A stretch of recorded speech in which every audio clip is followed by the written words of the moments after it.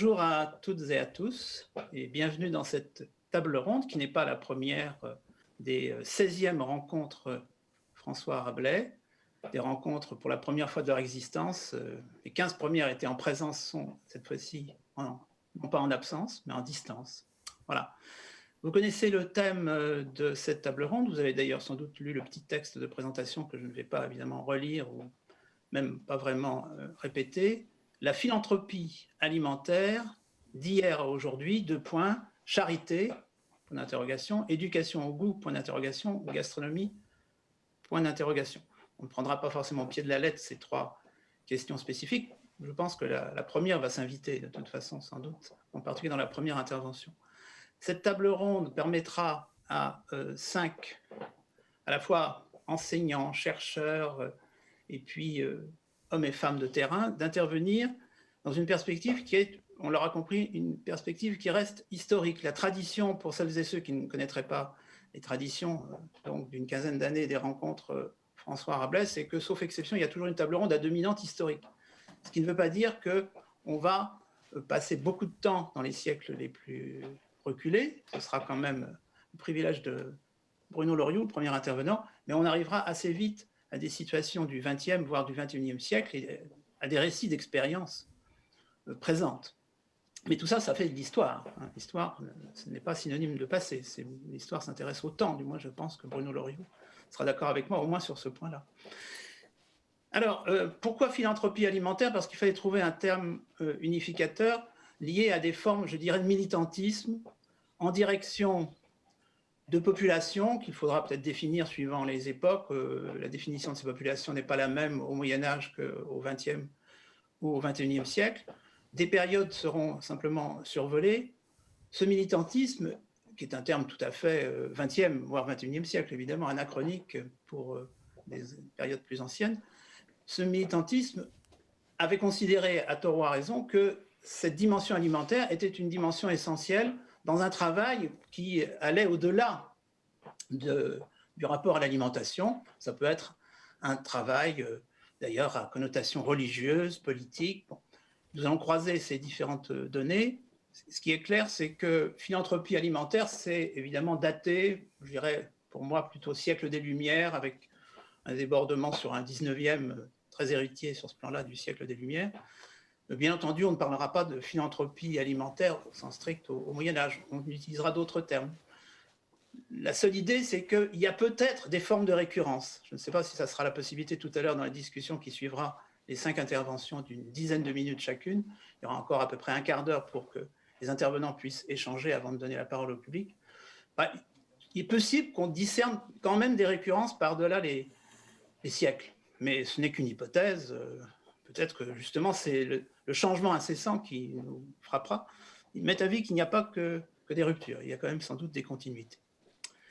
Je vais donc présenter les intervenants dans l'ordre de leur intervention. Et pour la dernière fois, je précise qu'elle durera 10 minutes, cette intervention. D'abord, Bruno Loriot, tout seigneur, tout honneur, quand même.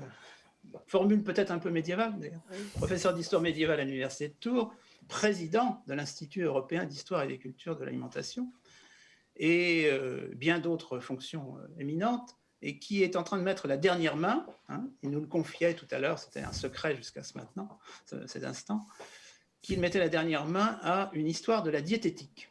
Je ne me trompe pas. Tout à fait. Suivra une intervention de Jean-Pierre Lecrom, directeur de recherche au CNRS, qui, entre autres, est l'auteur d'un ouvrage remarqué, sorti, je crois, en 2018 aux presses universitaires de Rennes, avec Jean-Noël Retière, qui s'intitule, parce que tous ces termes comptent, Une solidarité en miettes, sauf erreur, miettes est au pluriel, d'ailleurs là, sous-titre, parce que tout l'art, comme le diable est dans les détails, l'art est dans les sous-titres, socio-histoire de l'aide alimentaire des années 30 à nos jours. On voit qu'on passera, peut-être de façon un peu bousculée, d'un ancien régime alimentaire, politique, religieux, au XXe siècle. Mais bon, on pourra peut-être faire le pont. Interviendra ensuite, alors surprise, Kilian Stangel. Surprise pour ceux qui connaissent bien Kilian, qui savent qu'il est l'un des piliers, entre autres, mais pas seulement de ces rencontres François Rabelais, mais qui est aussi enseignant-chercheur rattaché à l'Université de Tours, et qui nous parlera en particulier d'une, faut-il dire, une jolie histoire, en tous les cas d'une histoire spécifique, l'histoire d'une association locale du XXe siècle, de cette région, et on peut dire une association à laquelle il est quand même sentimentalement lié. Je ne me trompe pas. Tout à fait. Suivra ensuite Bénédicte Bonzi, anthropologue, auteur d'une thèse soutenue, je crois, en 2019 au sein de l'École des hautes études en sciences sociales. Et là aussi, il y a l'art des titres et des sous-titres. Fin de droit, fin FAIM, droit avec un S. Le sous-titre, le don à l'épreuve des violences alimentaires. Métavis, qu'on reviendra sur la notion de violence alimentaire au moment d'intervention de Bénédicte Bonzi, qui est présentement post-doctorante au sein de la Fondation Croix-Rouge.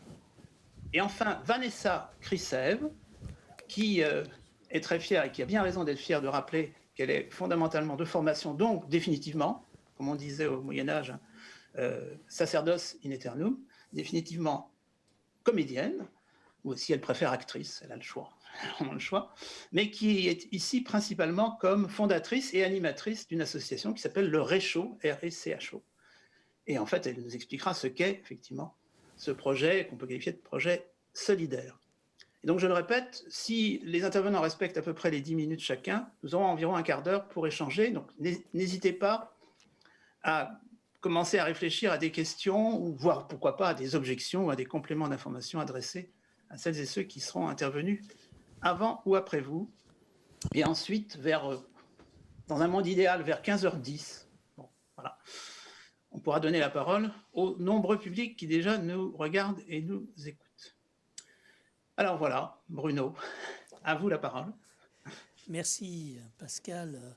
Donc c'est un peu compliqué évidemment de commencer in medias res parce qu'en réalité on devrait commencer à l'Antiquité. Hein. Mais si on part du Moyen-Âge, disons qu'il y a tout de même un peu formé nos sociétés. Le mot-clé c'est charité en fait. La charité c'est ce que les penseurs d'Église au Moyen-Âge appellent une vertu théologale. Il y en a trois, hein. Il y a la foi, il y a l'espérance dans le salut, et puis il y a la charité. Et précisément, la charité, c'est un devoir pour le fidèle, c'est un devoir, mais en même temps, ça lui permet d'espérer avoir le salut dans l'au-delà. Hein. Les deux sont liés, en réalité. C'est une obligation pour le fidèle, mais c'est aussi une fonction pour l'Église. L'Église, à partir, disons, de la fin de l'Antiquité et le début du Moyen-Âge, elle a pour fonction de nourrir les pauvres, de les secourir par l'intermédiaire d'une partie de la dîme, cet impôt ecclésiastique qui était prélevé sur tous les revenus, et notamment les revenus de la terre. Donc, c'est très important de garder ça en tête. Secourir les pauvres, c'est une obligation de l'Église. C'est elle qui est, non pas le philanthrope, mais le principal soutien à ces pauvres. Les pauvres, ils sont enregistrés au Moyen-Âge dans ce qu'on appelle une matricule, c'est-à-dire une liste. Hein. Ce sont des pauvres en quelque sorte officiels, bien entendu, et en tant que tels, ils sont secourus. Il peut y en avoir beaucoup à certaines périodes, par exemple au Haut Moyen-Âge, et on verra aussi à la fin du Moyen-Âge. Mais je voudrais insister quand même sur deux siècles qui me paraissent importants pour comprendre un peu tout ça, c'est le XIIe et le XIIIe siècle, parce que c'est des siècles où économiquement ça se passe pas mal, disons par rapport à ce qui a précédé et ce qui va suivre, donc il y a moins d'indigents, on va dire, hein, il y a moins de personnes à secourir, mais en revanche, on célèbre la pauvreté comme une véritable valeur. C'est le moment où la pauvreté est célébrée en la figure du Christ, hein, tout simplement, qui, quelque part, était bénéficiaire de la charité et lui-même distribuait aux autres, et aussi en la personne d'un certain nombre d'individus qui manifestent cette valeur au plus haut point. Je pense d'un côté à des hérétiques, par exemple les Vaudois qui suivent donc un marchand qui se prive totalement de ses biens, ou encore aux ordres mendiants, hein, qui érigent la pauvreté en une espèce de valeur suprême, et on pense évidemment au poverello, c'est-à-dire à François d'Assise. Bon, ça c'est en quelque sorte la pauvreté célébrée, montrée, valorisée. Mais parallèlement, il y a le développement d'une série d'institutions destinées à accueillir les pauvres. On a parlé de la matricule, mais plus généralement, il y a ce qu'on appelle l'hospicium, les hospicia. C'est un terme latin qui a donné le terme hôtel, qui a donné le terme hôpital et qui a donné le terme hospice. Autrement dit, c'est des endroits où on accueille tous ceux qui sont dans la nécessité. Et ça peut être des pauvres, ça peut être des malades, ça peut être des pèlerins. Alors, c'est des lieux où on donne à manger à toutes ces personnes qui sont dans le besoin. On a même quelques éléments qui nous permettent de voir que finalement, cette nourriture, elle est loin d'être mauvaise, hein, qu'elle est même de qualité. On pourra en discuter si besoin est, autour notamment des menus de l'Hôtel-Dieu de Paris, entre autres. Mais ce sont des endroits où l'on mange peut-être mieux que d'ailleurs dans les hôpitaux actuels, mais ça c'est une question que je ne voudrais pas aborder. Ce sont des fondations épiscopales, royales ou privées. C'est donc effectivement un exercice de la charité. Est-ce que c'est de la philanthropie?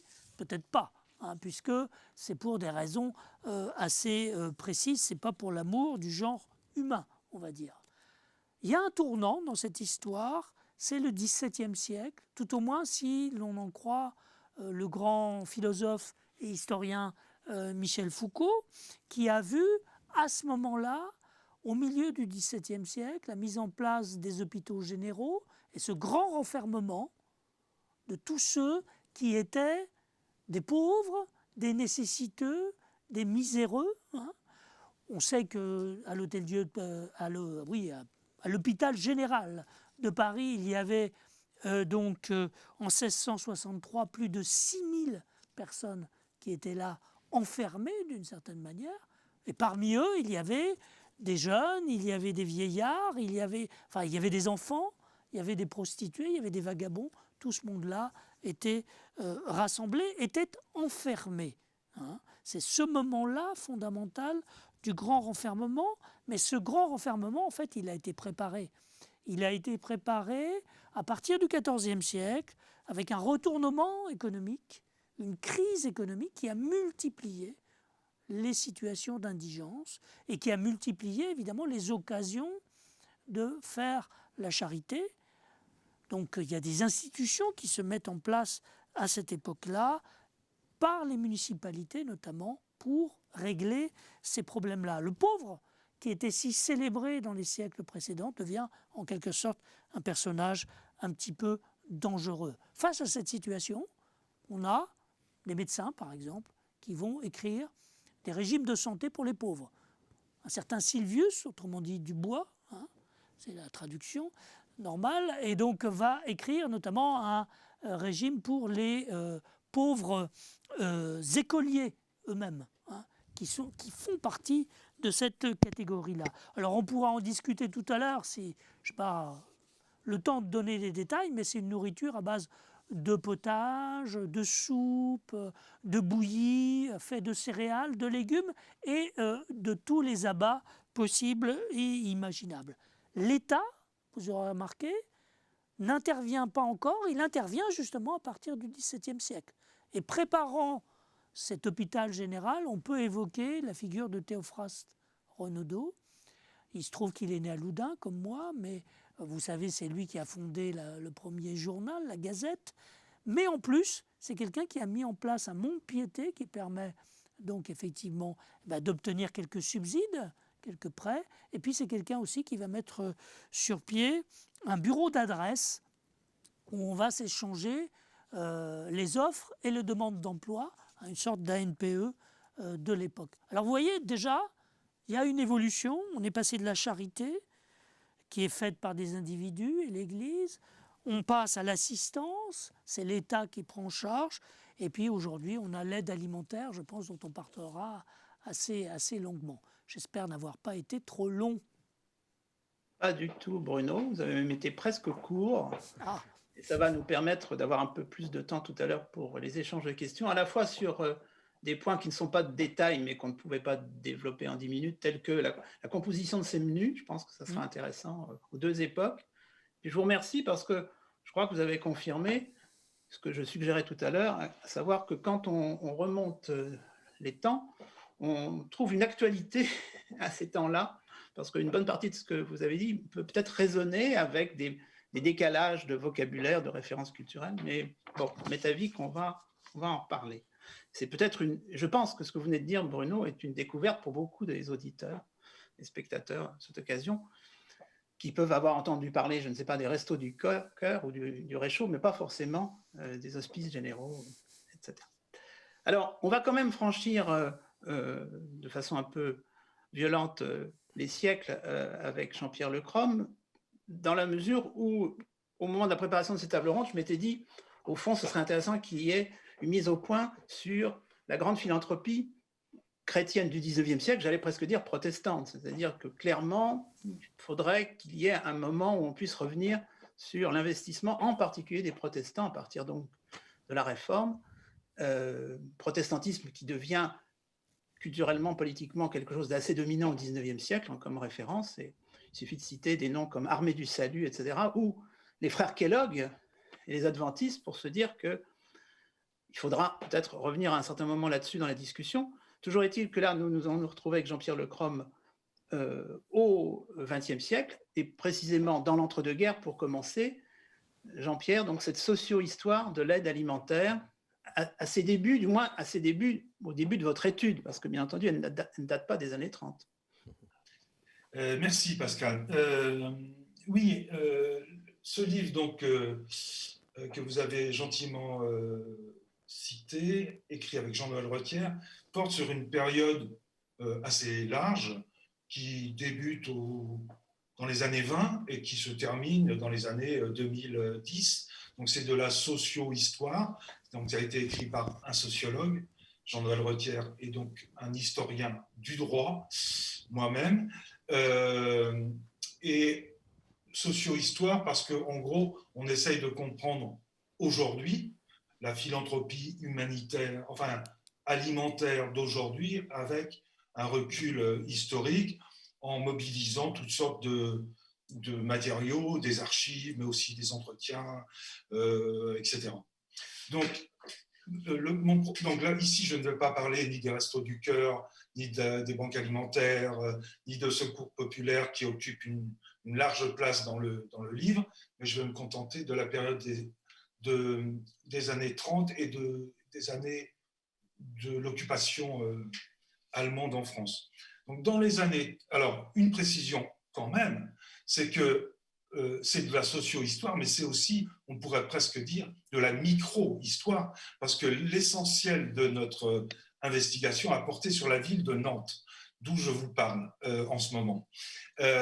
Donc, comment se présente cette question de la philanthropie alimentaire dans cette ville de Nantes dans les années 30 ? Je dirais d'abord que les initiatives dans ce domaine sont très variées, très variées. Il y a d'abord des initiatives publiques. Par exemple, comme on en trouve dans toutes les villes de France, le bureau de bienfaisance qui distribue des bons de pain. C'était la seule manière qu'ils avaient d'aider les gens à cette époque-là, dans les années 30. Ça a changé ensuite. Donc des bons de pain distribués à environ 3000 familles. L'autre initiative publique plus importante est tout à fait spécifique à la ville de Nantes, c'est la création puis le développement de restaurants municipaux pris en charge directement par la municipalité. En 1931, il y en a 11 à Nantes et leur objectif, c'est à la fois de mélanger les publics, c'est-à-dire d'accueillir les pauvres, les vraiment pauvres, mais aussi les ouvriers des chantiers, parce qu'à Nantes, si vous connaissez la ville, pendant très longtemps, il y a eu des chantiers navals au sein même de la ville, et très, très important. Donc l'idée, c'était de mélanger ces publics, si on peut dire, et ça ne marche pas. Clairement, ça ne marche pas. L'augmentation très nette qu'on voit avec la crise des années 30 ne fait pas que les ouvriers viennent davantage dans ces restaurants municipaux, bien au contraire. Donc il y a ces initiatives publiques et puis il y a des interventions privées. Alors les interventions privées, elles sont aussi multiples, mais j'en donne quelques exemples. On a d'abord, par exemple, 3 restaurants dits à bon marché. Ces restaurants à bon marché, ce ne sont pas donc les restaurants municipaux, l'initiative est privée, ce sont les femmes, enfin les épouses des industriels nantais de l'alimentaire, des conserveries, par exemple, Amieux, je ne sais pas si vous avez connu cette marque de conserve bien connue il y a quelques dizaines d'années. Et donc ces restaurants dits à bon marché ont une visée explicitement moraliste et même très clairement anti-alcoolique. Mais ces restaurants donc périclitent dans les années 30 et on les perd de vue à la fin des années 30. Mais donc ces initiatives privées sont essentiellement catholiques, mais on en trouve aussi qui sont plutôt dans le camp, je veux dire, laïque. Il y a une petite association qui s'appelle le Secours immédiat, qui est créée par des notables proches de la municipalité radicale nantaise. Ce qu'il faut noter aussi pendant les années 30, c'est la multiplication d'initiatives de type ponctuel. C'est-à-dire que la CGT, en 1936, pendant le Front populaire, va organiser des soupes populaires pour les grévistes. Les Croix de Feu du colonel de la Rocque vont organiser des soupes populaires également pendant l'inondation qui a lieu à Nantes, l'inondation de la Loire, bien entendu, en 1936 également. Excusez-moi, je bois un peu d'eau. Et donc, les Croix de Feu, la CGT, mais aussi des associations de quartier qui vont organiser le pot-au-feu des vieux, des mutuelles. On a compté comme ça, on a fait un dépouillement exhaustif de la presse de l'époque, environ 19 organisations, associations qui intervenaient, mais ça pouvait être une fois par an, hein. Donc voilà, j'allais oublier une dernière chose, une dernière structure qui joue un rôle dans cette affaire, c'est les conférences de Saint-Vincent-de-Paul. Dans les années 30, à Nantes, il y en a une vingtaine, et chaque conférence organise un système de livraison à domicile, on dirait aujourd'hui de visite à domicile. Il y en a une, par exemple, qu'on a bien suivie. Elle avait une vingtaine de protégés, puisque c'était le nom qui leur était attribué, et ils allaient donc porter de la nourriture chez les gens, tout en faisant du prosélytisme pour la religion qui était la leur. Donc voilà en gros le système qui existe dans cette ville de Nantes, mais c'est des caractéristiques qu'on peut exemplifier, enfin qu'on peut généraliser plus ou moins, bien sûr. Donc trois petits points pour conclure ce point, c'est disons, les initiatives publiques surpassent les initiatives privées.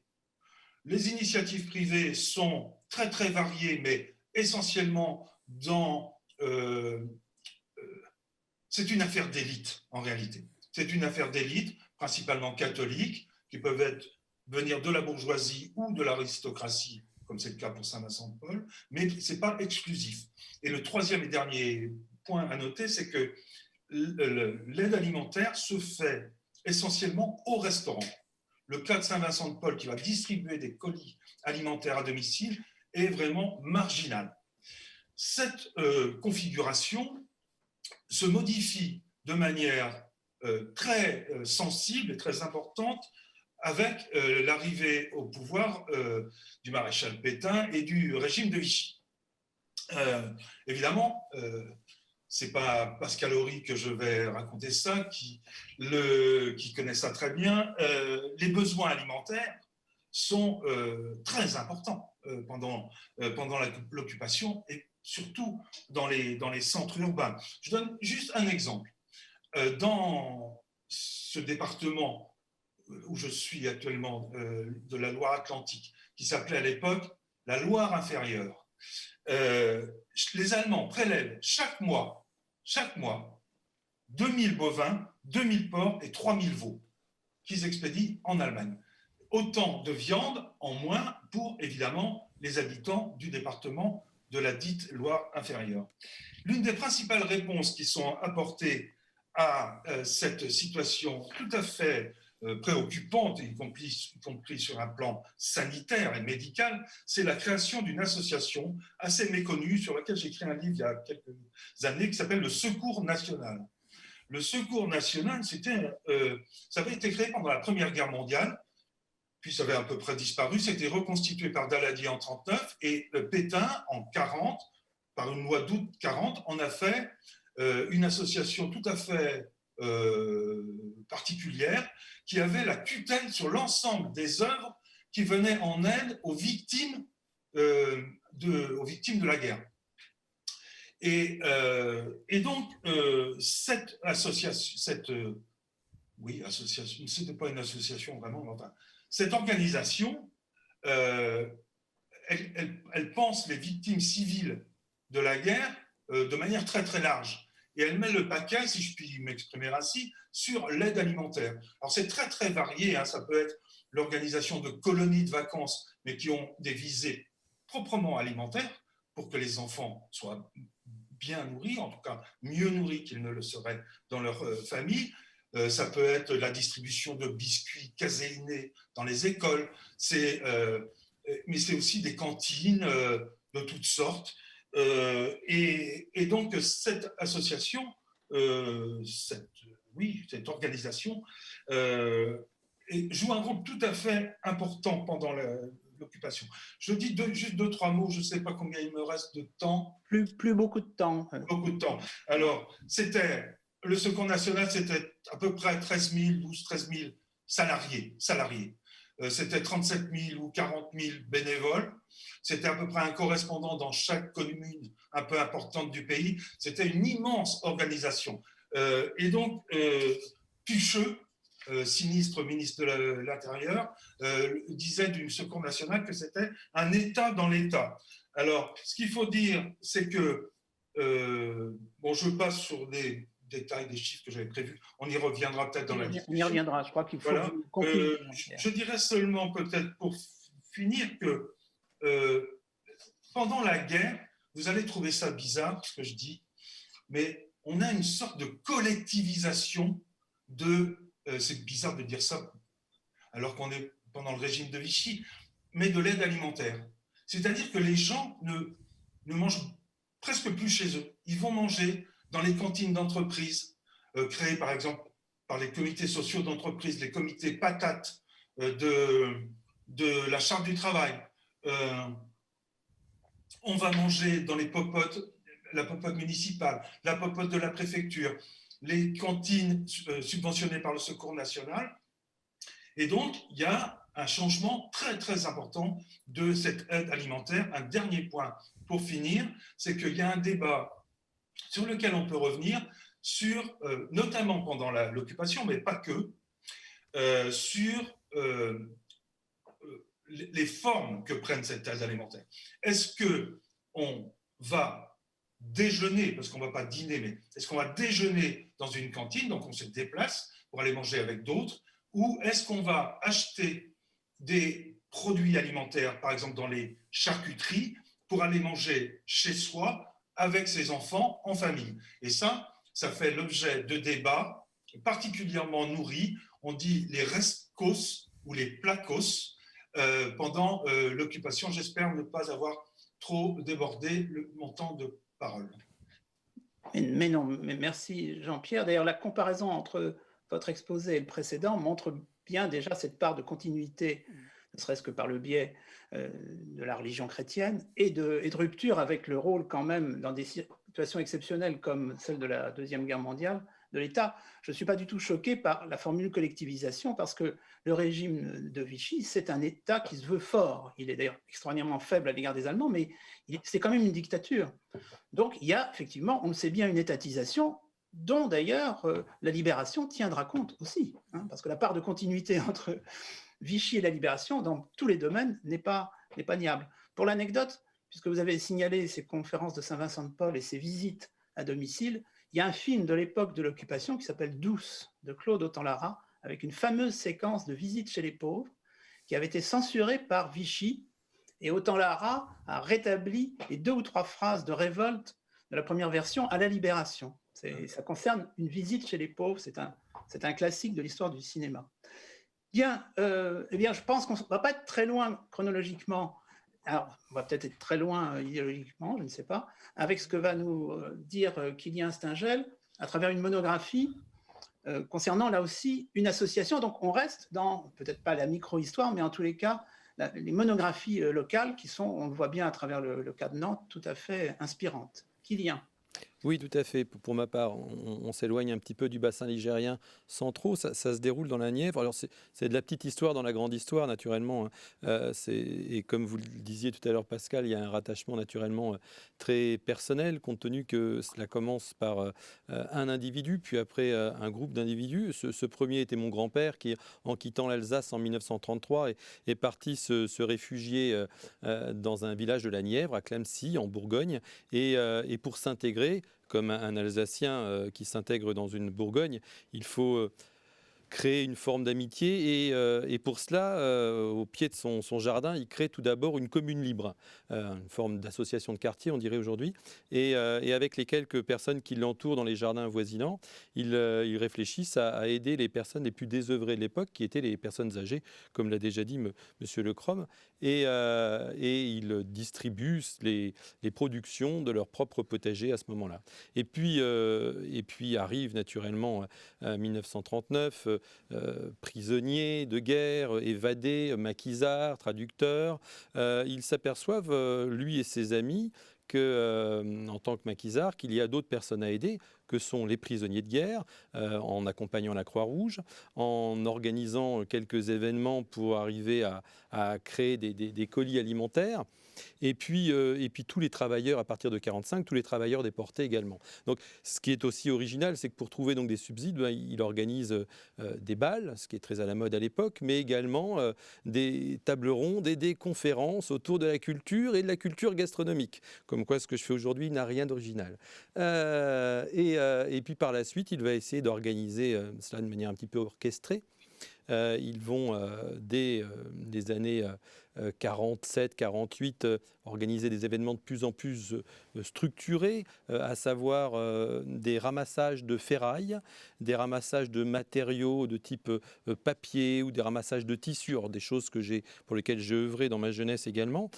Cette action a pu perdurer jusqu'à la fin des années 80, parce que malheureusement, les matériaux après ne valaient plus rien, donc ça ne rapportait plus du tout de moyens. Je reviens aux années 50, début des années 50, il crée avec ce groupe d'amis une association pour pouvoir vraiment établir une logistique.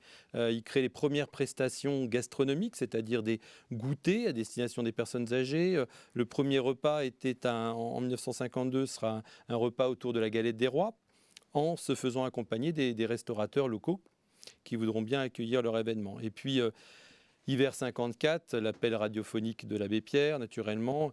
L'abbé Pierre envoie un petit courrier pour féliciter et demande à mon grand-père, président de cette association qui portera le nom de la Société philanthropique La Gigouillette et qui a pour slogan ABC, amitié, bonté, camaraderie, l'abbé Pierre demandera à ce que l'œuvre soit faite pas uniquement à un niveau local, mais que ça s'étende à un niveau régional, ce qu'ils essaieront donc d'établir. Et la première action pour essayer de développer cette activité, ça va être de prendre contact avec tous les restaurateurs de la région pour voir si certains restaurateurs pourraient accueillir à leur tour des prestations gastronomiques. Alors, cette fois, ça se déroulera avec une logistique plus organisée, des dîners, des repas du dimanche midi qui viendront toujours aider les personnes âgées en priorité.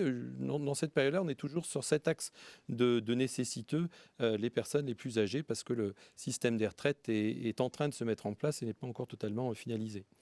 Et puis, pour arriver à trouver des moyens, eh bien, les événements en parallèle se développent également, hein, des fêtes de plus en plus importantes, telles que la fête du 14 juillet, qui va être celle qui sera qui aura le plus grand succès, qui rapportera le plus de moyens, qui s'appelle la fête de la butte dans ce village-là, puis une autre fête par la suite qui s'appellera la fête de l'andouillette et du vin blanc. Enfin, voilà, des choses qui ont une connotation très locale et régionale. Et pour les petites anecdotes, au fil de ces différents événements, eh bien, à chaque fois, il y a des parrains qui viennent accompagner, remercier, féliciter, voire apporter également le robol. Et parmi eux, on rencontre Tino Rossi, par exemple, qui a signé le cahier, le cahier de remerciements. On rencontre les cirques de l'époque, tels que Pinder ou Zavata, qui proposent une subvention supplémentaire si le président a le courage de rentrer dans la cage au lion. Voilà, pour des anecdotes, jusqu'au jour où le général de Gaulle, qui se promènera dans la région, viendra féliciter les philanthropes des efforts qu'ils font. Alors, à chaque fois qu'il y a une forme de rencontre comme cela, que ce soit avec un restaurateur ou un parrain, un bienfaiteur, eh bien, il y a une marque de fabrique qui est faite, qui est de remettre autour du cou une médaille en forme de tasse-vin confectionnée en faïence locale, la faïence de Clamecy, attachée avec un cordon bleu qui, dans les messes des sous-officiers entre 39 et 45, s'appelait la gigouillette, d'où le terme finalement de l'association. Et cette association donc va perdurer avec des aléas, car les premiers colis alimentaires qui ont été distribués étaient confectionnés de pâtes, de pommes de terre et surtout aussi de charbon et de bois. Et puis par la suite, dans les années 60, on trouve des colis alimentaires d'une quinzaine d'éléments qui construisent vraiment ce qu'on appellerait aujourd'hui notre nécessité essentielle. Et puis dans les années 80, on voit qu'il y a vraiment une prolifération des produits. Ça double en termes de quantité, avec au moment de Noël des produits de luxe.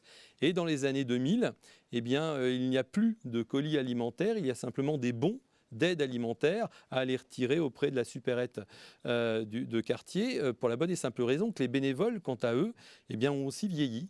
Ils ont beau avoir changé de génération, mon papa a pris les suites avec ses anciens amis, mais ma génération, elle, a quitté cette région et ce département de la Nièvre pour aller chercher de l'emploi ailleurs et a abandonné cette activité bénévole. Les bénévoles eux-mêmes sont devenus des personnes nécessiteuses quelquefois. Donc les événements ont dû se limiter de plus en plus être des démarches de demande de subvention et l'action de porter des colis alimentaires aussi est venue à être un simple port de bons alimentaires. Voilà dans les grandes lignes. Après, comme on le disait tout à l'heure avec Pascal, on pourrait rentrer dans le détail des menus, dans le détail des éléments qui étaient glissés à l'intérieur de ces colis alimentaires et dans le détail des personnes aidées. Ça serait le dernier élément que j'aimerais souligner, c'est que dans les années 80, en 90, on voit vraiment un revirement. Les personnes âgées ont le système des retraites pour les aider et les personnes nécessiteuses sont de plus en plus jeunes. Souvent, dans les fin des années 80, début 90, des femmes isolées avec enfants. Et puis, quand on arrive au début des années 2000, je remarque dans les relevés des différents cahiers de compte que ce sont surtout des jeunes entre 18 et 23 ans qui demandent des aides à cette époque-là. Voilà. Merci, Kylian. Au fur et à mesure qu'on avance, on voit bien à quel point il faut entrer dans le détail. On ne le peut pas, évidemment, en si peu de temps, mais pour voir que les initiatives sont quand même à chaque époque très nombreuses, à la fois convergentes et parfois complètement divergentes. La laïcisation de cette démarche est quand même évidente sur plusieurs générations, il n'en reste pas moins qu'on se retrouve quand même, on a mentionné l'abbé Pierre, à des carrefours où ces différentes strates se superposent. Bon, je pense qu'effectivement, ce sera intéressant éventuellement tout à l'heure dans la discussion de revenir sur certains détails et pas simplement de menu. Alors, avec Bénédicte Bonzi, anthropologue, on est face à une autre enquête, et je l'ai signalé déjà en lui tendant une perche, mais elle n'est pas obligée de la saisir, puisqu'elle fait entrer en jeu, ce qui est normal pour une anthropologue, la notion de don, mais aussi la notion de violence alimentaire. Donc, ce sera intéressant qu'elle nous précise quel a été son terrain d'étude et comment la notion de violence alimentaire s'est imposée à sa recherche.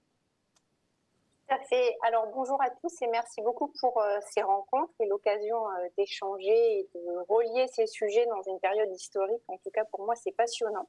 Et c'est passionnant encore plus de pouvoir le faire dans ce moment où on est tous enfermés et où les questions d'aide alimentaire sont venues impacter et questionner tout le monde pour savoir comment on fait, qu'est-ce qu'on donne et pourquoi. Et mon terrain de recherche a été celui pour ma thèse des Restos du Cœur. Donc, c'était une recherche-action faite avec les bénévoles essentiellement de Seine-Saint-Denis, dans 2 centres de distribution et également au sein des maraudes. Donc, les maraudes, c'est les distributions de repas chauds qui se déroulent la nuit pour le 93 en camion. En gros, il y a 7 tournées qui vont aller sur le territoire pour aller nourrir principalement les SDF, mais pas que, les personnes qui finalement n'arrivent pas à se nourrir et qui complètent parfois les dons qu'elles reçoivent en journée dans des centres de distribution par le fait d'aller chercher un repas chaud le soir, puisque les centres de distribution et toutes ces aides doivent être cumulées. Il n'y a aucune organisation qui ne permet aux personnes d'avoir suffisamment à manger pour se nourrir toute la semaine. Une des questions que je me suis posée et celle que je vais aussi vous poser, c'est est-ce que vouloir faire le bien suffit pour bien faire ? Et c'est important de la poser comme ça parce que le point de départ de ce travail de thèse, finalement, c'est une situation que j'ai vécue plus en tant que bénévole qu'en tant que chercheuse. Donc, j'ai effectué une maraude avec les Restos du Cœur et on arrivait sur ce qu'on appelle un point chaud, c'est-à-dire un lieu de distribution où ça ne se passe pas forcément bien. Et pourquoi ça ne se passait pas forcément bien ? Parce qu'il y avait souvent beaucoup de personnes, beaucoup de pression, et aussi parce qu'on arrivait assez tard dans la nuit. On arrivait sur ce point entre 11h30 et minuit. Donc, quand les personnes ont attendu toute la soirée jusqu'à 11h30 et minuit dans le froid, là on est en hiver, parfois elles sont un peu énervées, surtout s'il n'y a pas assez de nourriture. Mais ce soir-là, on arrive avec assez de nourriture et en plus, dans ce assez de nourriture, on a eu la chance d'avoir un don d'une pâtisserie qui nous a donné suffisamment de gâteaux pour pouvoir faire choisir les personnes qui attendent, leur faire choisir en fait la pâtisserie qu'ils ont envie de manger. Comme on maraude souvent, et souvent sur les mêmes tournées, on connaît de mieux en mieux les personnes qui viennent. Et donc, je discute, je suis à la pâtisserie à distribuer les gâteaux ce soir-là et je discute avec un jeune homme qu'on a l'habitude de voir, qui est toujours très sympathique.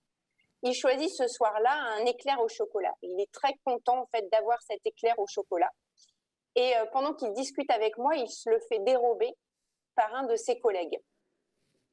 Et là, la réaction, elle est assez forte, c'est-à-dire qu'il part en courant chercher une bouteille de verre pour revenir la casser sur la tête de celui qui a volé son éclair au chocolat. À ce moment-là, parce que la scène se passe à côté de moi, je me mets au milieu. Je me mets au milieu parce que je sais que ça va s'arrêter de suite s'il me voit, puisqu'il me connaît et que je les connais. Et c'est ce qui se passe.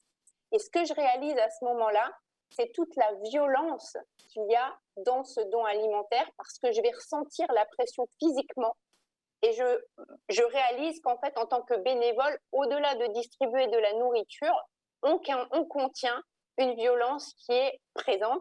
Et la violence qui est présente, finalement, au fil du temps et grâce aux bénévoles, on comprend que si elle est là, c'est parce que l'aide alimentaire, ce n'est pas le droit à l'alimentation. Et qu'on a cette confusion de se dire, eh bien, finalement, puisque les personnes mangent, ça suffit. Mais l'accès à la dignité, en fait, n'est pas là. Le fait d'attendre aussi longtemps le soir en est la preuve. Alors moi, ces violences alimentaires, je les ai définies en étant cette force intentionnelle ou non intentionnelle qui empêche une personne d'accéder à son droit à l'alimentation dans un pays dans lequel la nourriture circulent de manière abondante, ce qui est le cas de la France. Et lorsque j'ai débuté mon travail, donc au-delà de ce premier élément où en fait, je prends conscience qu'il y a une distinction importante à faire entre aide alimentaire et droit à l'alimentation, eh bien, je me rends compte d'autre chose, c'est que dans les centres, là où finalement il y a peu ou pas d'explosion de violence, une des premières phrases qui m'est dite par un bénévole, c'est « Tu vas voir ici, les personnes qui viennent, ils gonflent ». Et quand il me dit qu'il gonfle, en fait, il ne me dit pas qu'il gonfle parce qu'il mange trop, et je le comprends très bien. Il est en train de me dire que la nourriture qu'on distribue ne permet pas aux personnes de manger comme il faut, mais qu'en plus, elles en grossissent. Et par rapport à ça, je commence aussi à comprendre toutes ces violences physiques que reçoivent les personnes et qui sont de l'obésité, de l'hypertension, de l'anémie, du diabète, des problèmes de dents. Tout ça, en fait, qui s'additionne. Et d'où cette qualification, ce besoin aussi d'aller dans le terme de violence alimentaire, non pas pour dire que l'aide alimentaire est violente, loin de là. L'aide alimentaire, aujourd'hui, elle joue un rôle indispensable, mais pour décrire l'impact que ça a sur les personnes, l'impact physique, comme je viens de le dire, avec des marques d'obésité, d'hypertension artérielle, etc. Donc des choses qui sont parfois même irréversibles pour les personnes, et aussi des marques psychologiques.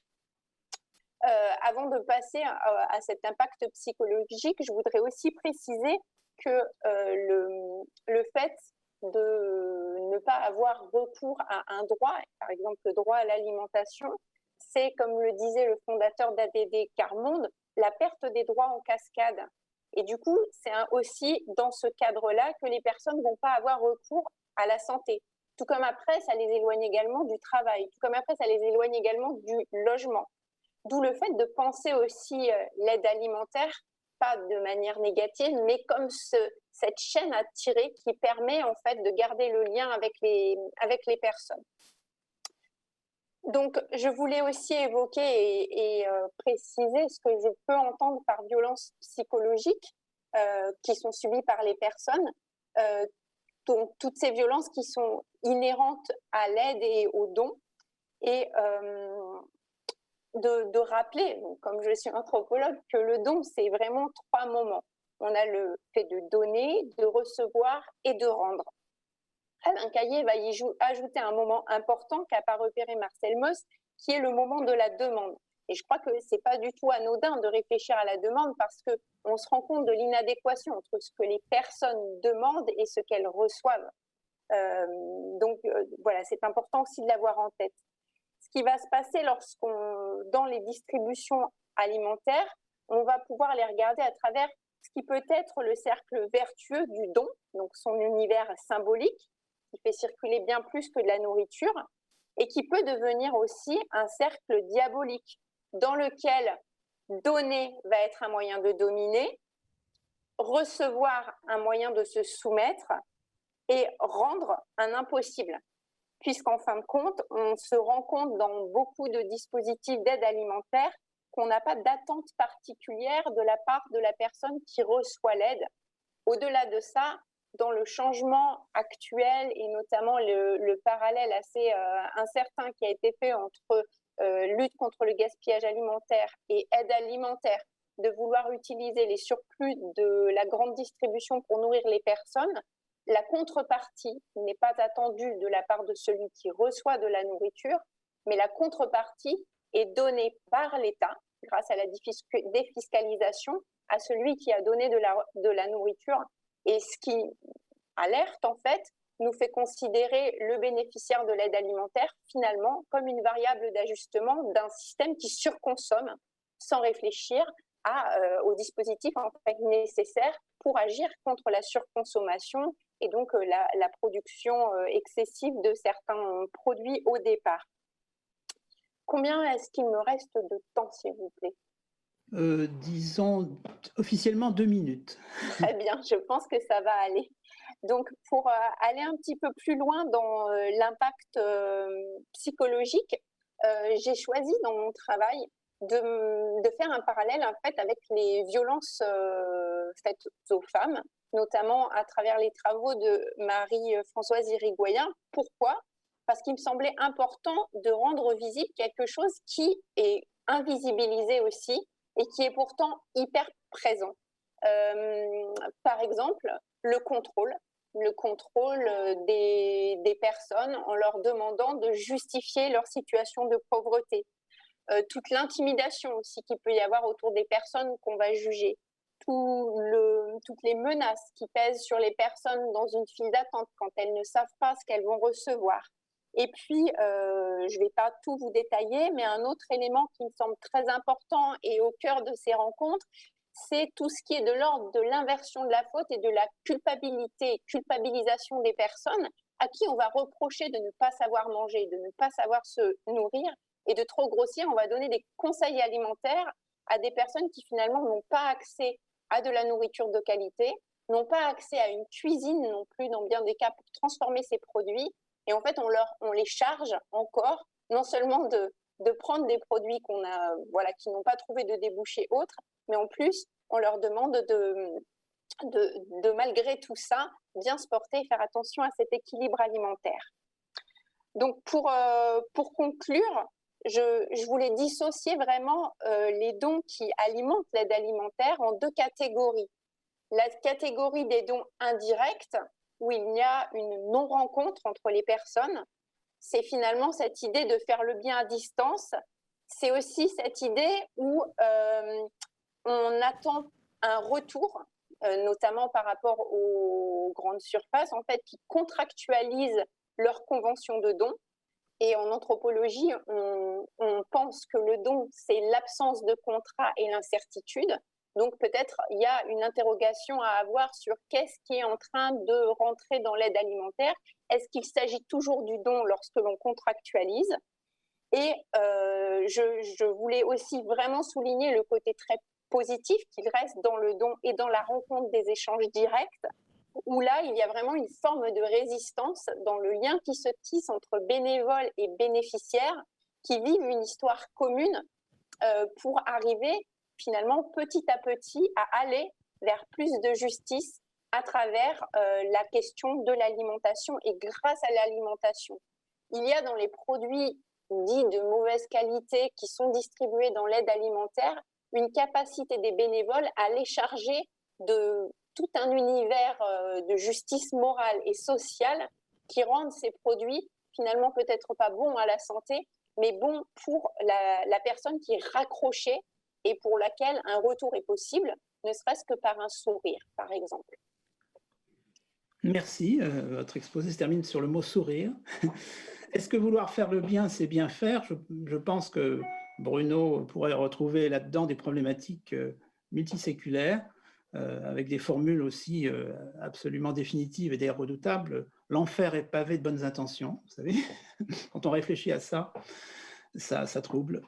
Évidemment, une des questions qui pourra vous être posée, c'est que cette expérience est entre autres associée à une institution, on peut l'appeler institution, qui s'appelle les Restos du Cœur. Donc évidemment, c'est un des partenaires de l'aide alimentaire parmi d'autres. À notre époque, ce serait intéressant de poursuivre la typologie.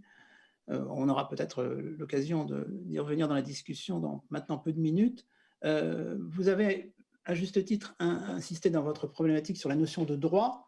C'est vrai que là aussi, là, pour le coup, on peut dire, je parle également sous le contrôle de Bruno Loriot, qu'il s'est passé quand même une grande bascule, pour simplifier, avec le siècle des Lumières, qui met en avant des déclarations de droit. Alors même si on peut trouver des origines, en particulier chrétiennes, à tout ça, il y a quand même quelque chose de fondamental à mettre en avant des droits. Et ça, ce sont les textes fondateurs de la société politique moderne. Et vous avez évoqué le droit des femmes, par exemple. Donc de fil en aiguille, on a aujourd'hui une déclaration universelle des droits de l'homme, etc. On peut dire que la question des droits, peut-être plus que du droit, s'est imposée dans nos sociétés. Elle était certainement en lisière, voire occultée dans d'autres temps.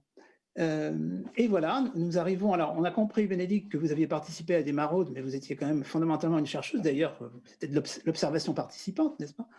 Vanessa Krisev va nous parler du point de vue, effectivement, de quelqu'un qui est au réchaud, je ne dis pas jour et nuit et nuit et jour. Elle va nous expliquer comment, d'ailleurs, elle s'est retrouvée fondatrice de cette association. Et peut-être que, puisqu'elle intervient en dernier, avant qu'on ouvre l'échange de paroles, peut-être qu'elle a des choses à dire sur ce qui a été raconté précédemment, y compris par Bénédicte. Vanessa. Oui, Pascal, merci beaucoup. Non, je trouve ça hyper intéressant, en fait, tout ce qui a été dit, parce que j'ai l'impression que j'apprends beaucoup de choses et j'ai l'impression finalement que dans notre réflexion qu'on mène au jour le jour, c'est un peu comme si on avait brainstormé, pardon, c'est un anglicisme, mais comme si on avait réfléchi en amont ensemble. Et il me semble que le projet tel qu'on l'a conçu, du Réchaud donc, répond à un certain nombre des problématiques qui ont été évoquées et finalement font le pont avec des choses qui existaient dans l'histoire et qu'on ignorait totalement. Et je pense notamment à ce qui a été évoqué par Bruno et par Jean-Pierre. Du coup, je vais vous réexpliquer en quelques mots ce que c'est que le Réchaud. Donc, le projet du Réchaud, c'est un projet qui est né en 2016 et qui a pour vocation disons, de restaurer le monde en restaurant les hommes. Donc, c'est une ambition qui est assez grande, mais c'est réparer en particulier la crise de l'accueil par la restauration durable et mener une réflexion en tant que donc cuisinière professionnelle, parce que vous avez souligné que j'étais actrice, mais je suis cuisinière aussi de formation, c'est de réfléchir à l'impact aujourd'hui de la restauration. Alors, l'anecdote de départ, elle est très simple. Ma sœur qui vit en Allemagne me contacte en plein milieu de la crise de l'accueil, donc en 2016, lorsque l'Allemagne accueille 1 million de réfugiés sur son sol et désignée comme un exemple dans sa gestion de la crise. Et en fait, elle est très désemparée parce qu'elle a croisé dans la rue un couple de réfugiés syriens. Lui est ingénieur, sa femme est médecin, ils ont 2 enfants, ils viennent d'être accueillis donc dans un dispositif d'accueil dans un pays qui accueille en Europe, dans un donc pays sur un continent riche. Ils ont été accueillis, mais ils ont faim. Parce qu'on leur a servi de la soupe au porc et qu'ils n'ont rien pu manger étant de confession musulmane. Et dans un processus personnel de réflexion aussi, je pense général sur les différentes crises que traverse le monde et qui me touchent particulièrement, je me demande un peu comment c'est possible d'en arriver en fait à ce type d'aberration, c'est-à-dire de ne pas être capable de se souvenir dans nos pays que l'hospitalité passe avant tout par l'assiette, quand partout dans le monde et de tout temps et dans les pays les plus pauvres, on se dit que accueillir, c'est inviter un inconnu à sa table, c'est laisser une place libre pour celui qui n'a rien à manger et qui pourrait passer la porte un soir. Enfin, il y a énormément de cultures, en tout cas, qui mettent ça au cœur de leur politique d'hospitalité. Donc naît ce projet, en fait, de dire, je suis restauratrice, on est restaurateur, restauratrice, ça veut dire quoi restaurer, en fait?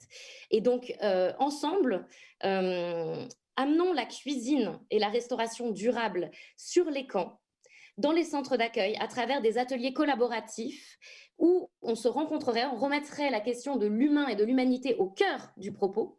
On cuisinerait ensemble dans un rapport d'hospitalité, d'horizontalité, dans un rapport finalement d'hôte, et on mangerait ensemble parce que finalement, de tout temps, la cuisine, c'est un peu le ciment de la société et des sociétés. Donc, on fait une collecte comme ça de dons financiers et sans venir du milieu associatif, sans même venir du milieu humanitaire et en connaissant très peu, pas du tout même, la question de l'accueil et la question politique des réfugiés.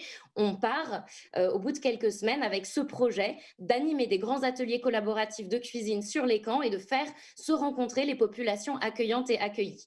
Donc, naît ainsi le Réchaud, qui est un projet en fait de remettre la question de l'accueil digne au cœur de la question politique au sens large du terme. Donc notre mission, elle s'articule à la base sur des ateliers collaboratifs et des grands buffets ouverts à tous, où on parle de gastronomie plus que de cuisine. Notre volonté, c'est d'être sur une pensée systémique et de nous dire que la crise des réfugiés, la crise de l'accueil, c'est une crise aussi écologique et qu'on ne peut pas faire à notre époque du social sans faire de l'écologie. On pense au réchauffement climatique et à toutes les crises qu'on traverse. Et nous, en tant que restaurateurs, que restauratrices, on a un devoir, en tant que consommateurs aussi, je pense, de nous interroger sur le pouvoir, le levier d'action, le pouvoir politique de l'assiette. Et donc, on rédige au fur et à mesure une charte d'éthique qui est très, très poussée sur nos engagements sociaux, mais aussi nos engagements écologiques. Donc, on est sur un projet d'inclusion sociale qui passe par la cuisine et qui, au fil du temps, aujourd'hui, est devenu aussi un projet d'insertion professionnelle.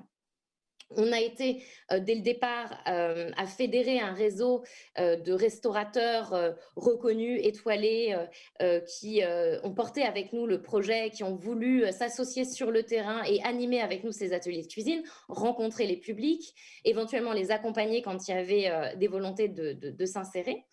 Et notre volonté aussi, dans cette remise en mouvement par la cuisine, puisqu'on est quand même sur des grands défis culinaires où on cuisine ensemble 300, 500 repas jour sur des lieux qui sont des lieux déserts, donc on apporte toute cette logistique, c'est aussi de renverser les préjugés et de permettre au public précaire de se revaloriser, de partager leur culture, de partager leur savoir-faire, de raconter leur histoire, de délier les langues par la cuisine et de prouver en fait que les personnes réfugiées qui sont souvent considérées comme des personnes ayant des choses en moins que nous, au pire comme des menaces, mais au mieux comme des personnes misérables, finalement sont des personnes qui sont riches de quelque chose que nous n'avons pas, ne serait-ce que de l'exil.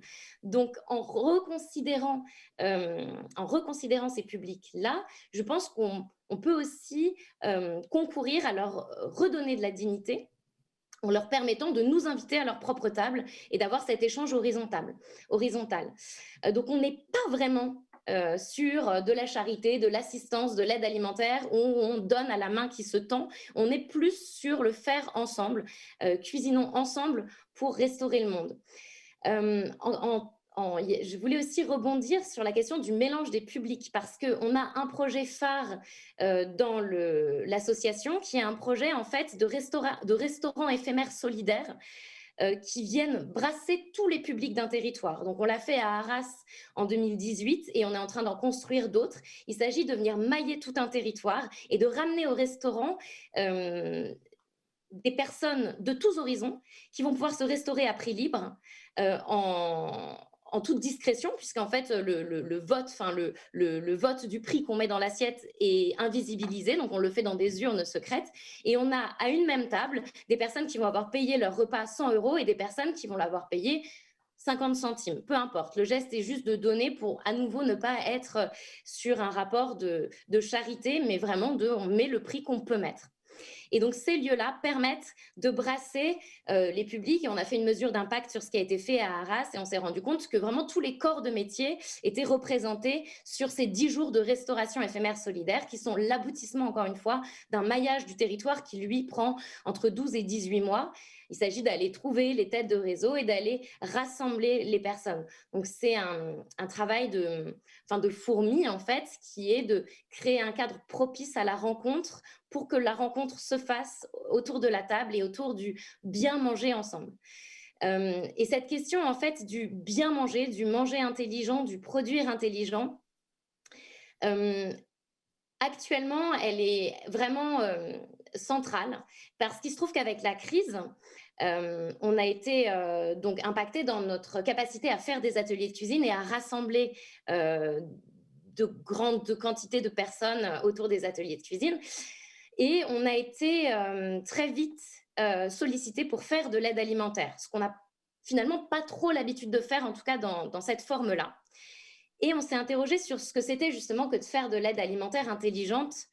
Et on n'a pas voulu le faire en rentrant dans les réseaux, on va dire, de récupération alimentaire. On s'est dit que c'était un bon moyen, finalement, de faire travailler aussi nos producteurs qui restaurent le vivant et qui restaurent les sols, et donc d'acheter à prix juste la matière première pour continuer à les faire vivre malgré la fermeture des restaurants. On travaille avec tout un écosystème extrêmement vertueux, que ce soit les petits pêcheurs des côtes françaises, que ce soit les paysans locaux en biodynamie. Nous, on s'attache vraiment à travailler avec ce type d'acteurs. Encore une fois, sur le principe, il n'y a pas de social sans écologie. Et donc, dès le mois de mars l'année dernière, quand on a dû fermer notre restaurant d'insertion qui se trouve dans le 16e arrondissement de Paris, dans un centre d'accueil. On a travaillé avec un réseau qui s'appelle Écotable, qui est un label de restaurants engagés sur ces questions d'écologie et de social. Et on a en fait produit 35 000 repas en 8 semaines pour le personnel soignant. Et actuellement, on a remis le couvert pour les étudiants qui sont en situation de grande précarité. Donc, dans cette boucle-là, en fait, on fait travailler les paysans, on fait travailler les agriculteurs, on fait travailler les artisans en leur achetant la matière première grâce, entre autres, à des subventions, mais aussi à l'engagement citoyen de chacun, puisqu'on invite tous les acteurs à mettre à participer à cette opération. Et on essaye de faire vivre ainsi toute une chaîne de solidarité. Et on produit pour distribuer à ces personnes-là. Donc, en effet, cette fois-ci, on est dans un rapport un peu moins horizontal puisqu'on ne peut plus faire ensemble en ce moment. Donc, on le fait avec les paysans, les producteurs, et par des réseaux spécialistes de la maraude, des spécialistes de la distribution. Nous autres restaurateurs, on va dire engagés, on produit cette nourriture à impact. Donc, la première crise, il y a eu, le premier confinement, il y a eu 35 000 repas cuisinés en 8 semaines par tout ce réseau d'acteurs engagés. Actuellement, on est en train de travailler pour les étudiants. Et on le fait avec, du coup, les réfugiés qui ont été intégrés dans notre restaurant et qui aujourd'hui ont donc un travail en CDI et qui sont en formation et qui donc finalement eux-mêmes deviennent acteurs de la solidarité du territoire. Et on pense que c'est aussi un bon moyen de les intégrer, de les inclure dans l'histoire d'un pays.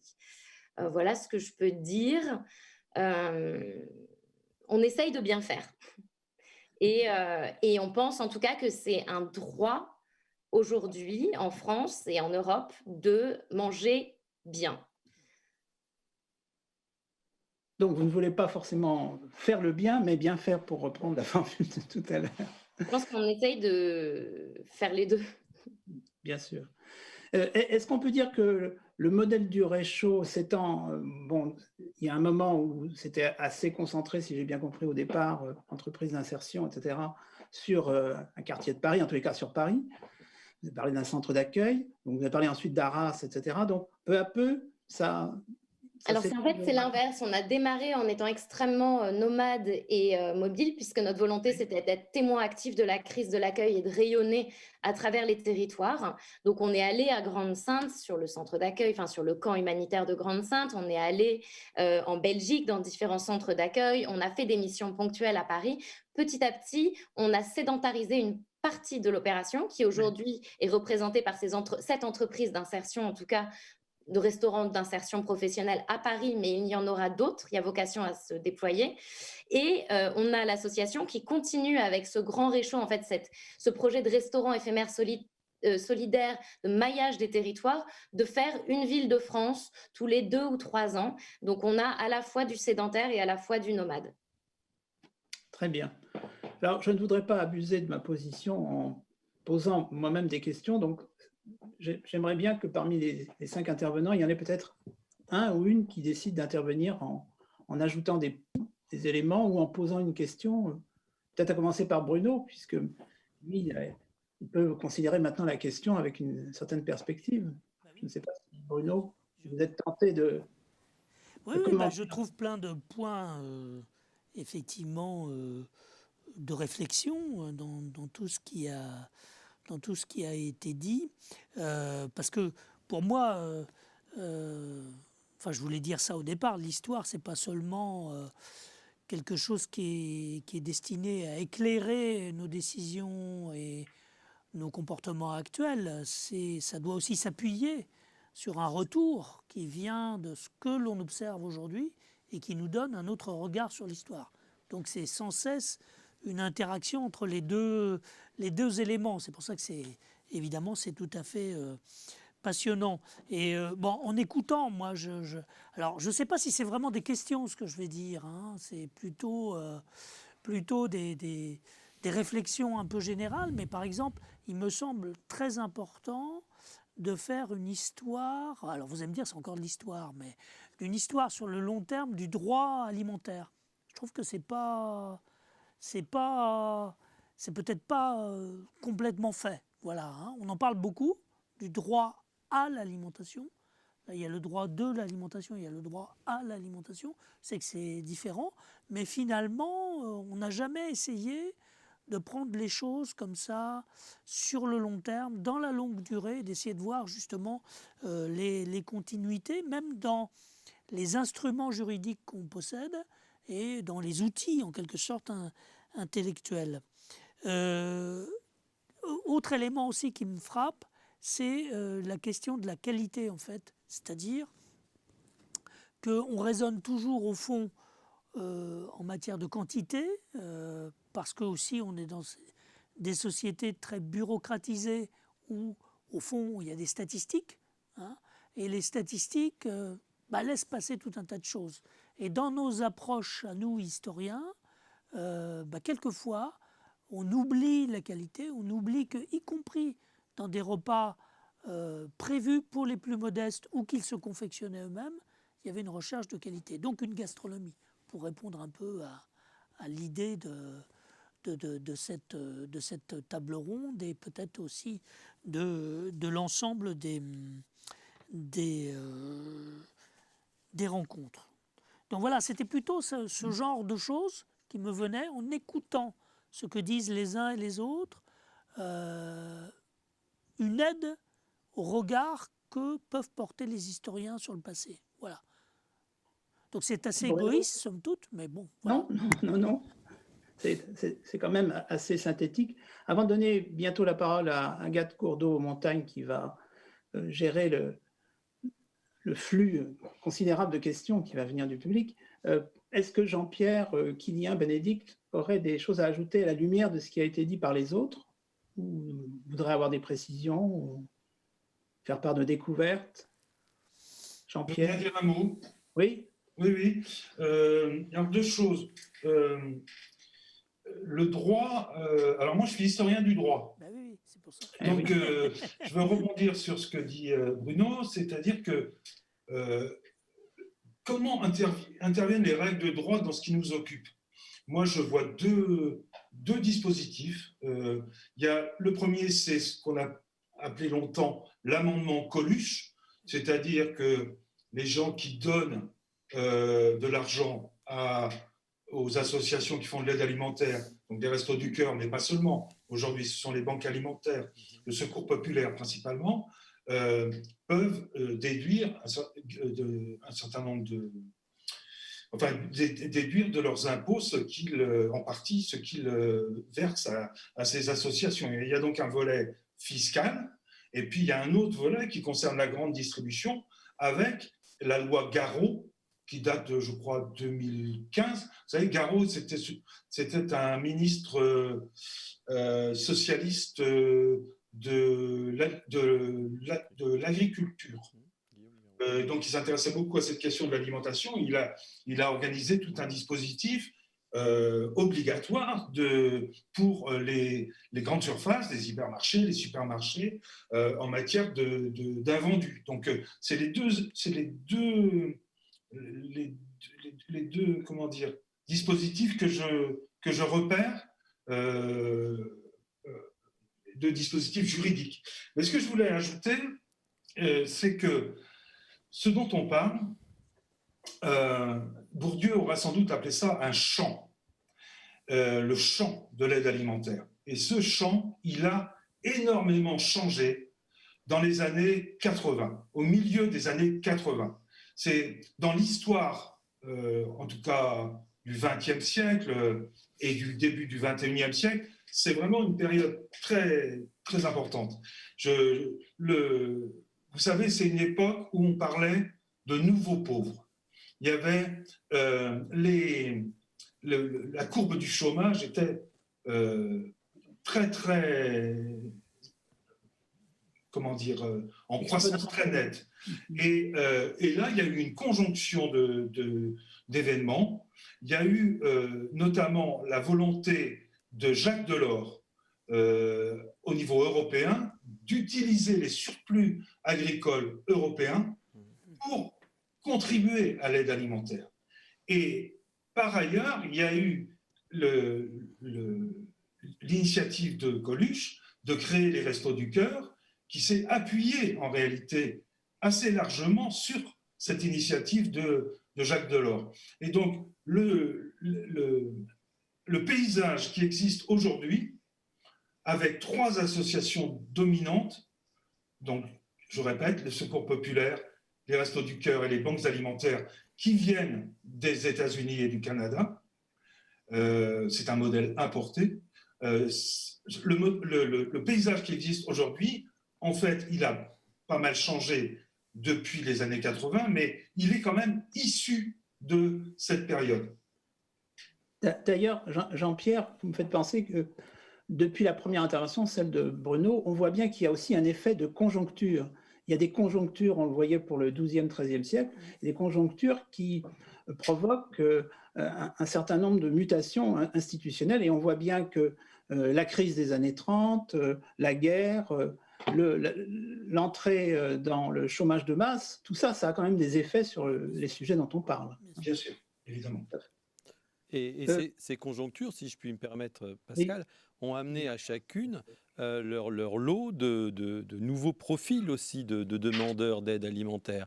Donc c'est vrai qu'une notion de droit à alimentation amènerait un cadre juridique, mais ne pourrait pas vivre l'extensibilité, l'élasticité de la demande qui sans cesse est renouvelée par rapport, comme l'ont souligné Vanessa et Bénédicte, par rapport à des profils, à des typicités de demandeurs qui sont sans cesse différents avec leurs critères, leurs requêtes et leur vision aussi de la qualité alimentaire qui n'est pas la même d'une typicité de consommateur à une autre.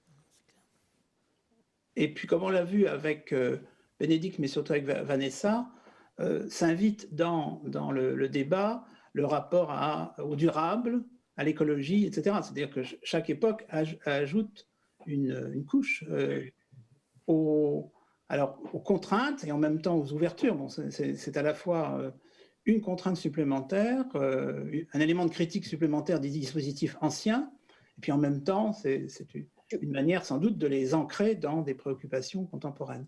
Donc je ne sais pas si Bénédicte ou Vanessa ont encore... rebondir là-dessus, je ne suis pas sûre que la question de l'écologie se posait dans les siècles passés, parce qu'on n'était pas du tout... il y avait pas... C'est ce que je viens de dire. Oui, mais parce que c'était par essence même de la production locale et écologique.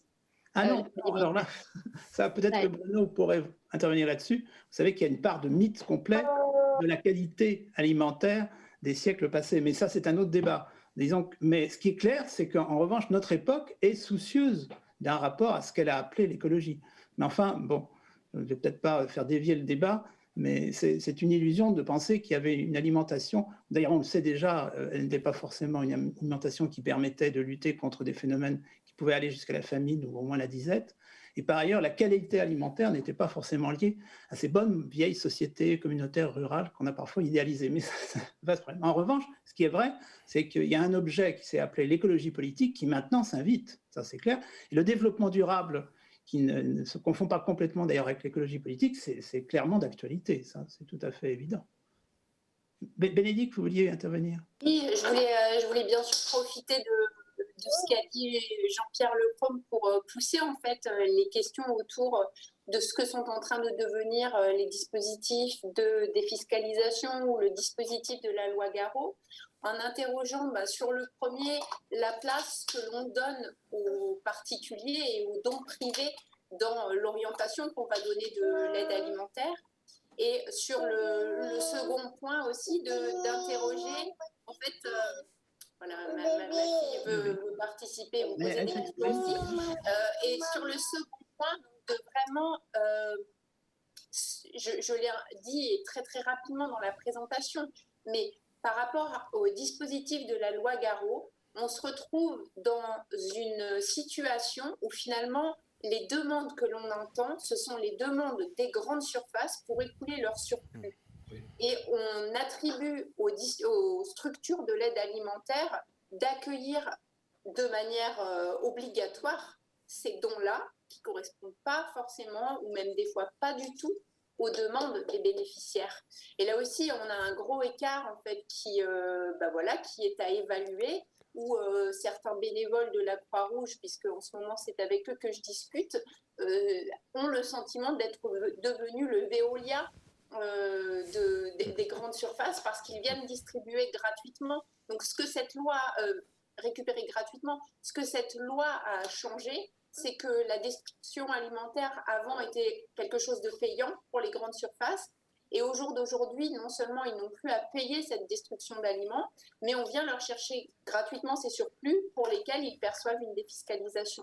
Donc il y a ces transformations-là aussi qui doivent nous interpeller par rapport au modèle social qui est en train de s'instituer.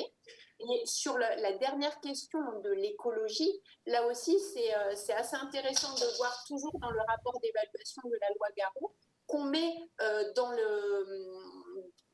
dans les missions des structures de l'aide alimentaire, à la fois d'agir de manière écologique en récupérant les invendus. Moi, je ne pensais pas que c'était leur mission, et à la fois d'agir contre la pauvreté. Alors que ça, c'était leur mission, et c'était la mission qu'ils avaient choisi d'opérer. Donc là aussi, on a aussi une façon de dire et d'annoncer les choses qui embarque les structures de l'aide alimentaire dans des combats peut-être qui sont supérieurs à ceux qu'elles avaient imaginés. Sans doute, mais on peut penser qu'à chaque époque, on a ce type d'ambiguïté ou de récupération, parce qu'on pouvait le comprendre de ce que nous a dit rapidement Bruno Loriot. Sous le terme de charité, vous aviez à la fois la garantie d'arriver au paradis, puis en même temps, peut-être, enfin bref, oui, à chaque époque, à mon avis, ces ambiguïtés en fonction on va dire, de la culture dominante. C'est ça. Mais là, j'interviens trop. Agathe Gourdeau-Montagne est avec nous. Oui, bonjour. Voilà, bonjour. Est-ce qu'il y a déjà des questions? C'est vous qui allez gérer cette partie-là? Tout à fait. Il y a quelques questions. Une première de la concertation sécurité alimentaire de Saint-Léonard qui demande, à la suite de l'intervention de Kélian Stangel, si on peut voir dans la mutation de l'aide vers les bons un changement de mentalité envers cette aide ou s'il s'agit plutôt d'une question pratique. Kélian. Alors, comme je l'ai dit tout à l'heure, ma vision est une micro-lecture d'un espace réduit. En aucun cas, on pourrait en faire une généralité ou une lecture absolue. Et pour mon cas, oui, l'arrivée de ces dons sous forme de bons alimentaires papier était surtout régie par rapport au fait que la main-d'œuvre, comme je t'ai expliqué tout à l'heure, la main-d'œuvre dans la logistique habituelle et préalable a disparu. Donc il fallait trouver une solution adéquate. Maintenant, ces bons alimentaires sont apparus surtout à partir de 2001-2002 et puis étaient une prémisse aussi de la fin de cette association, vu qu'elle s'est terminée entre 2005 et 2009. Le reste des éléments financiers, des subsides qui restaient pour l'association, ont été reversés justement à l'association des Restos du Cœur dont on parle depuis tout à l'heure, qui, elle, pour sa part, avait toujours le système, et on le sait, on le voit chaque année à la télévision, a toujours cette logistique matérielle de distribution de produits et non pas de bons alimentaires. Agathe, une autre question? Une autre question de Benjamin Brazon, étudiant en Master 2 Histoire à l'Université de Grenoble-Alpes, donc plutôt destiné à Monsieur Loriot. Il demande si, au-delà de cette aide alimentaire envers les pauvres, est-ce que le clergé rural, sensible parfois au luxe et aux nouveautés alimentaires telles que le café, a pu participer à la diffusion de nouvelles consommations alimentaires, exotiques ou superflues, au sein de la société rurale et paysanne au cours du XVIIIe siècle? C'est une belle question. On a l'impression que la réponse est déjà dans la question. Quelqu'un qui a bien réfléchi. C'est possible, en effet, que le clergé ait servi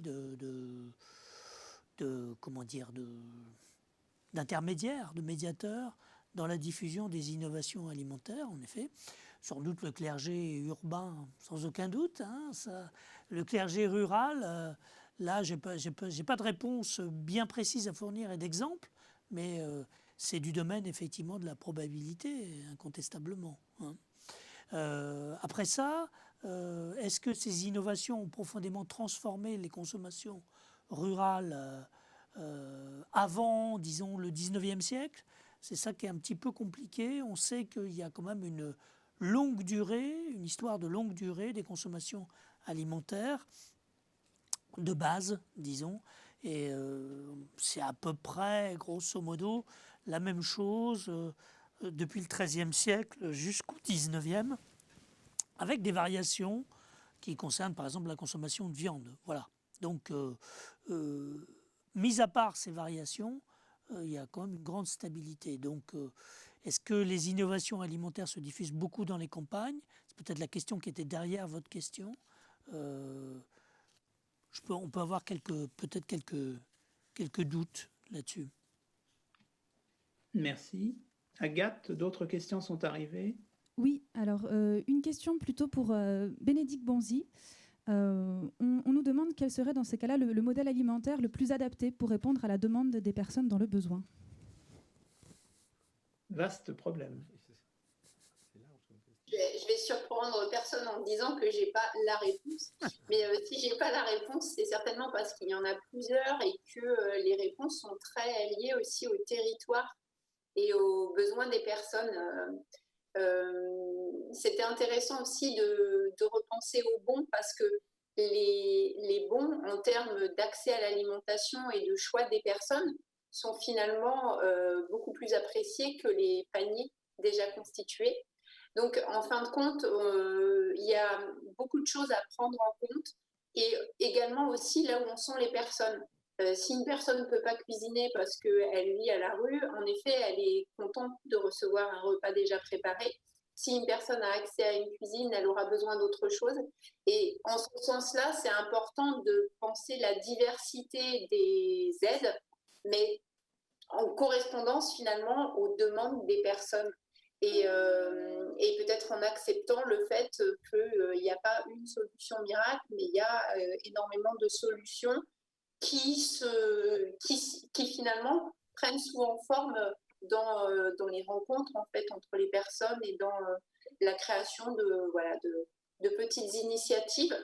Peut-être qu'un des effets négatifs a été l'institutionnalisation et la structuration de l'aide alimentaire, avec beaucoup de normes qui sont venues empêcher, et notamment pour les Restos du Cœur, toute une économie liée au bricolage de l'aide alimentaire qui permettait finalement de faire mieux, de mieux faire, ou de s'échapper en fait de certaines normes de l'agroalimentaire telles qu'elles peuvent être données. Pour donner un exemple et illustrer vraiment ce que je dis, par exemple, avant, les associations, quand elles récupéraient beaucoup de poulet ou beaucoup de pizza le vendredi soir et que leur distribution était le mardi, par exemple, elles congelaient. Et l'acte de congélation est un acte technique, donc c'est interdit. Donc du coup, ces produits-là, elles vont devoir les jeter ou elles ne peuvent plus les donner. Et pourtant, notamment le poulet, c'était un produit que les personnes pouvaient être contentes d'avoir pour pouvoir le cuisiner après. Donc voilà, il y a beaucoup de choses en fait à remettre en question, à re-questionner et à déconstruire et reconstruire pour arriver à trouver des situations plus adaptées.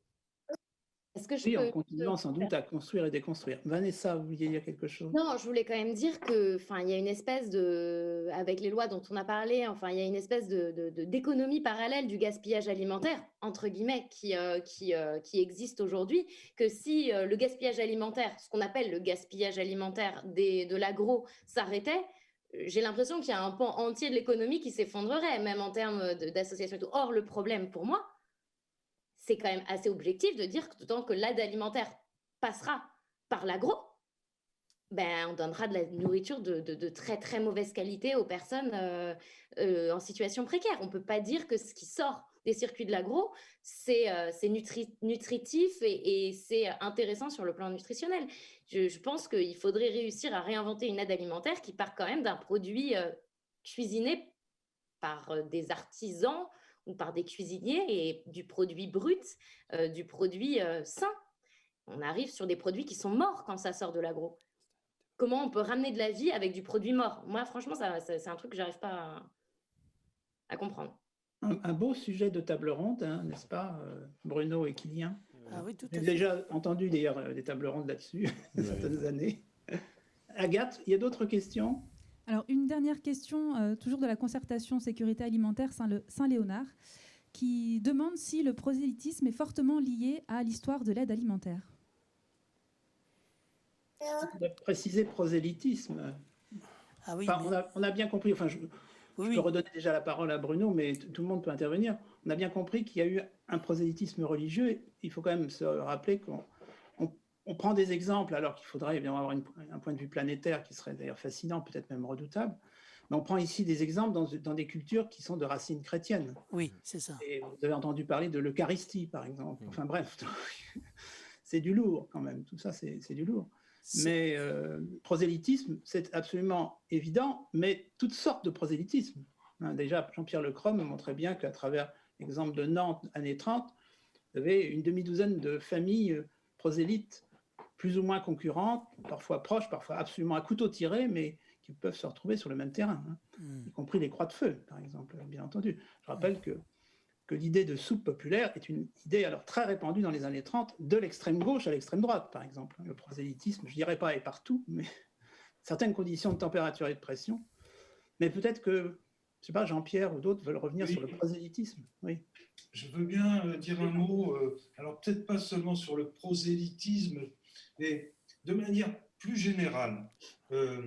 Ce qui caractérise ce champ, dont je réutilise ce mot, de l'aide alimentaire, c'est une certaine forme de, comment dire, de laïcisation, de dépolitisation, les gens qui sont je vous ai dit tout à l'heure, ceux qui s'occupaient de ces associations dans les années 30 ou 40, ou même encore un peu après, c'était des élites. Mais aujourd'hui, les gens qui travaillent, oui, c'est pas par hasard que je viens de dire travail d'ailleurs. Qui œuvrent. Ce sont au Resto du Cœur ou à la Banque alimentaire, c'est des retraités, des jeunes retraités en bonne santé, et qui d'ailleurs grognent un peu souvent parce que précisément ils ont des horaires qui sont fixes. Il y en a un qui m'a dit, oh, c'est un peu comme à l'usine. Effectivement, quand vous allez dans un grand dépôt du Resto du Cœur, le travail est organisé. Il y a un côté un peu industrieux. Enfin, évidemment, il n'y a pas beaucoup de salariés, très peu, mais il y a il y a des disciplines. Bon, voilà. Alors, ça m'écarte du sujet du prosélytisme, mais c'est sûr que on pouvait comment dire, facilement attribuer des caractéristiques à telle ou telle organisation en fonction de sa place dans l'espace politique. Le Secours catholique, c'est pas Saint-Vincent de Paul. Le Secours populaire a pendant longtemps été une sorte d'appendice du Parti communiste, avant qu'il ne s'en détache, comme l'a bien montré une historienne qui connaît très bien toutes ces questions dont on parle, et qui aurait pu être là avec nous, qui aurait beaucoup apporté, qui s'appelle Axel Brodier, qui a travaillé aussi sur Emmaüs. Donc voilà, je dirais laïcisation, même si chacun garde un peu des traits caractéristiques des conditions de sa naissance, quand même. Oui. Vous avez cité, comme par hasard tout à l'heure, un certain Jacques Delors. Il ne vient pas de n'importe où, Jacques Delors, etc., etc. Donc, bien. Est-ce qu'il y aurait une dernière question, Agathe, qui serait arrivée? Oui, alors une dernière question Oui. de Luciana Leite, pour rebondir sur le sujet des bons. Il demande aux intervenants ce qu'ils pensent de la pratique des cafés suspendus ou tickets suspendus qui sont mis en place au sein de certains restaurants. Alors, d'abord, peut-être que Kylian peut nous dire ce que c'est que cette pratique, ou Vanessa. C'est Vanessa qui maîtrise mieux le sujet. Bon, alors Vanessa, nous rappeler ce que c'est que ça, d'abord. Eh ben, c'est quelque chose qu'on a vu pas mal apparaître en Italie, les tickets, les cafés suspendus, ça s'appelait. Donc, c'était en fait une manière de créer une chaîne de solidarité où un consommateur, un client va acheter un café non consommé pour une personne qui ne peut s'acheter un café et qui va donc pouvoir venir le consommer. Nous, on le pratique. C'est quelque chose qu'on pratique, les repas suspendus à la table du réchaud, donc dans notre restaurant dans le 16e. Et d'une manière générale, on essaye de mettre en place soit des systèmes de gratuité, soit de prix libre, soit quand on ne le peut pas pour des questions économiques, de tickets suspendus. Et on voit que ça crée des chaînes de solidarité assez importantes, puisque nous, on arrive dans des périodes, on va dire, normales d'ouverture du restaurant normal à environ 500 € par mois de repas offerts par les clients du restaurant aux personnes en situation précaire. Donc, je trouve que c'est un acte assez à la fois encourageant et en même temps, ça permet encore une fois de rendre le consommateur acteur. Nous, on n'est qu'un intermédiaire et je trouve que c'est... Enfin, moi, j'aime beaucoup, en tout cas, cette action. Ça permet aux personnes de venir profiter de ce qu'ils souhaitent. On fait attention vraiment au cadre dans lequel c'est fait. Ça crée de la mixité au restaurant, mais on fait attention à ce que tout le monde se sente à sa place. Donc, il y a tout un travail de communication qui est fait auprès des bénéficiaires pour qu'ils osent venir demander le repas qui n'est pas vraiment offert par le restaurant, mais qui est donc offert par les clients eux-mêmes. Mais une fois que le cadre est posé et qu'on est dans un univers bienveillant, je trouve que c'est extrêmement bénéfique pour l'ensemble des projets et des restaurants. Il y a un autre mot beaucoup discuté depuis quelque temps qui vient de s'inviter dans la discussion, bienveillant. Agathe, est-ce que vous avez une dernière question qui serait arrivée là ou...